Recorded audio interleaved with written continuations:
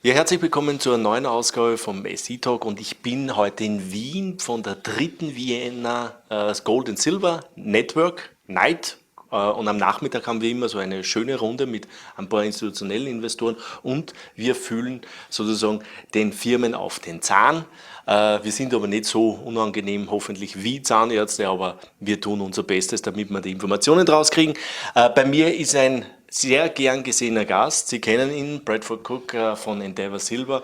Wir haben erst vor kurzem das letzte Interview gehabt, aber das Unternehmen hat letzte Woche ihre Quartalsproduktionszahlen geliefert und deswegen soll er uns die jetzt einmal selber erklären. Brad, thank you to have time again. The last interview you do on the PDAC, but you have last week your production numbers. So is there any unexpected numbers there, or maybe you can just fill us in a little bit? I'm happy to say that it was a regular quarter. In the first quarter, we produced about 16,000 ounces of gold and 1.5 million ounces of silver. So just another regular quarter. And of course, we won't have our costs for another month or so, but we're very happy with the operations. Yeah, at the PDAC, you talk a little bit about a new technique, was what you want to use El Cubo.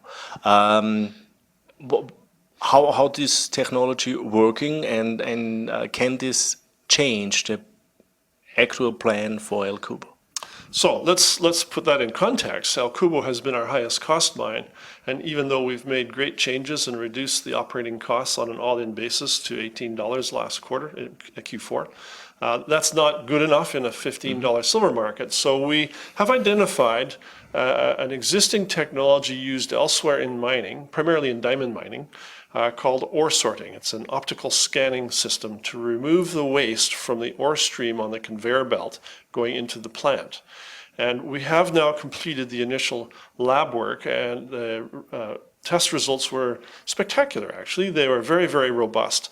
We're getting a very high rate of rejection of the waste particles from the conveyor belt going. And if we can now move to a pilot test, so last week we shipped 2 tons of El Cubo ore to the test lab in Kentucky.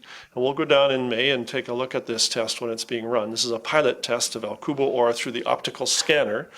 And if the pilot test continues to work well, then I can conceive of actually doing an installation this year at El Cubo and running it on not a commercial basis, but on an extended, like 3-month basis, to make sure that we can actually make lower costs and more profits using this technology at El Cubo. What does mean lower cost?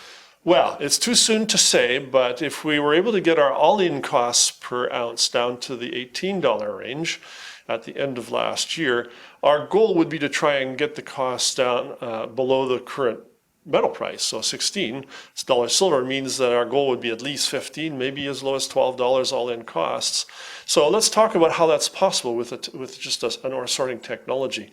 If we can reject the majority of the waste in the ore stream going into the plant, that does 2 things. It increases the grade of the ore stream, so that reduces the cost per ounce going into the plant. But it also expands the capacity of the plant because you're putting less waste in the plant. For sure. Those 2 things combined, once we get a good 3-month run done, we'll be able to calculate the economics. And so far it looks very good. So that's mean on the other side, if everything working fine and the test is working and the test installation is working, that maybe you're not do this or bring this mine to or shut down the mine to bring it on maintenance, or maybe you Well, keep in mind that we're reducing the production every quarter, so that means we are laying off some of the workers every quarter, and we'll look to a shutdown late this year. It won't be until the 4th quarter that we could have such a scanner set up at the plant. So I don't know whether there will be a shutdown or not at this point. It's still part of the plan. But if it works commercially, then I can see either a briefer period down or maybe some low-level production while we start reinvesting the capital to open up new reserve areas and slowly ramp up production. We don't yet know what that window of opportunity looks like, but certainly if this technology works, we really want to embrace it and turn El Cubo into that low-cost asset that we originally envisaged. I know exactly the price of the silver price itself is very important for them, especially when you produce it with $18 and nonetheless. So how quickly or how important is for you really the silver price for the El Cubo mine that you say, okay, with this silver price we will go forward and we don't shut down this. So we have both things. Maybe we have a technical advantage, but also a price advantage. We saw this year that the silver price is going up 30%. It's not bad. So maybe we do another 20%, and then we are over $18, and then it makes sense that you run El Cubo also with this, without this technology. We're certainly getting a little bit of help from the silver price. In the first quarter, silver was up 10%. Gold was up 17% in the first quarter. Yeah. So I am bullish. I think we'll see higher prices this year. And that should obviously help the economics for El Cubo. It's early to say that this will work, but we're going to invest the money to do the pilot test, and after that the mill test. If again we can reject the majority of the waste from the ore stream, it should have a major impact on our costs. Yeah, my last question is: you have a new project that maybe really can change the whole thing. So maybe you can fill us a little bit in this project and what this means for the whole company. Sure. So we have an exciting new silver discovery in Mexico these last 3 years. It's called the Terronera project in Jalisco State. And it already has a 45 million ounce silver equivalent resource base. We have identified numerous ore-bearing vein structures on this district-scale property that have never been drilled. So we do plan a very aggressive exploration and engineering program at Terronera this year, not only to finish the infill drilling of the initial discovery, but to try and significantly expand the resource base through step-out drilling. That's underway already, and we deferred the pre-feasibility study from last year to perhaps the end of this year. We need the new resources before we can finalize any pre-feasibility study, but what we would prefer to model this year is a larger mine, potentially our largest mine at Terronera, and certainly our lowest cost mine. You know, the preliminary economics for a small mine that we published last year showed $9 all-in sustaining costs in the model. I think with a larger mine, that number can come down significantly. I think Terronera has a chance to not only be our biggest mine and our lowest cost mine, I think it has a chance to be one of the lowest cost mines in the silver sector. And how big bring this to cost down, the overall cost for the whole company? I think Terronera has the potential to reduce our costs to single digits. Wow, that's great. Brett, thank you for the update.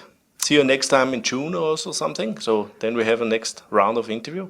And yeah, good luck with all the drilling, good luck with the silver price, and good luck with the technology. Thanks, Joe. Ja, das war ein Update von Endeavour.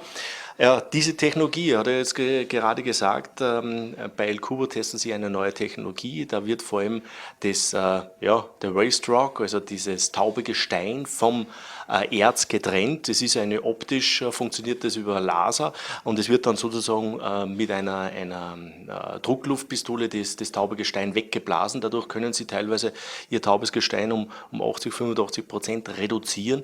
Wenn diese Technologie funktioniert, ist das wirklich ein Durchbruch. Diese Technologie wird nicht verwendet für die Silberindustrie. Im Moment, man kann auch diese Technologie nicht bei allen Minen anwenden, aber bei dieser El Cubo Mine funktioniert es gut und wie ihr gesagt habt, können Sie damit die Kosten wohl deutlich runterbringen, möglicherweise unter dem aktuellen Silberpreis, vielleicht sogar auf $12 und das würde natürlich den ganzen Minenplan für El Cubo, der ja eigentlich vorsieht, dass es bis Jahresende stilllegen bzw. runterfahren, wahrscheinlich über den Haufen schmeißen.